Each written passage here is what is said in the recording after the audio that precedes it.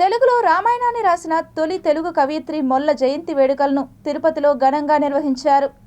ప్రాచీన తెలుగు కవయిత్రి మొల్ల జయంతి వేడుకలను తిరుపతి మహతి ఆడిటోరియం సమీపంలోని ఆమె విగ్రహానికి స్థానిక బీసీ నేతలు పూలమాలలు వేసి ఘనంగా నివాళులు అర్పించారు.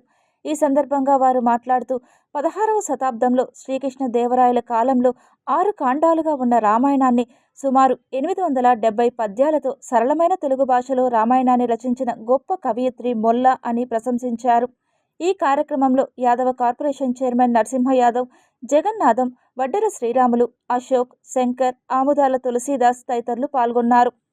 కవయిత్రి మొల్ల 586వ జయంతి సందర్భంగా ఈరోజు ఇక్కడ అన్ని సంఘాలు, బీసీ సంఘాలు, వివిధ సంఘాలు కూడా వచ్చి ఆమె ఘనంగా కూడా నివాళులు అర్పించడం జరిగింది.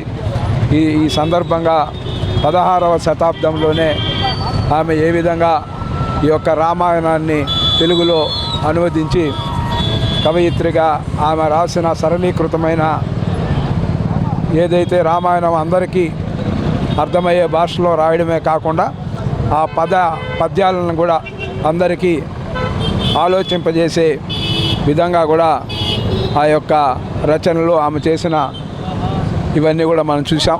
మహాకవయిత్రి మొల్లగారు ఈరోజు ఆమె జయంతి సందర్భంగా ఘన నివాళి రంగస్థలి అర్పిస్తూ, అలాగే ముఖ్యంగా శ్రీకృష్ణదేవరాయలు గారు కూడా మన కవయిత్రి మొల్లగారిని సత్కరించినట్టు పురాణాలు చెప్తున్నాయి.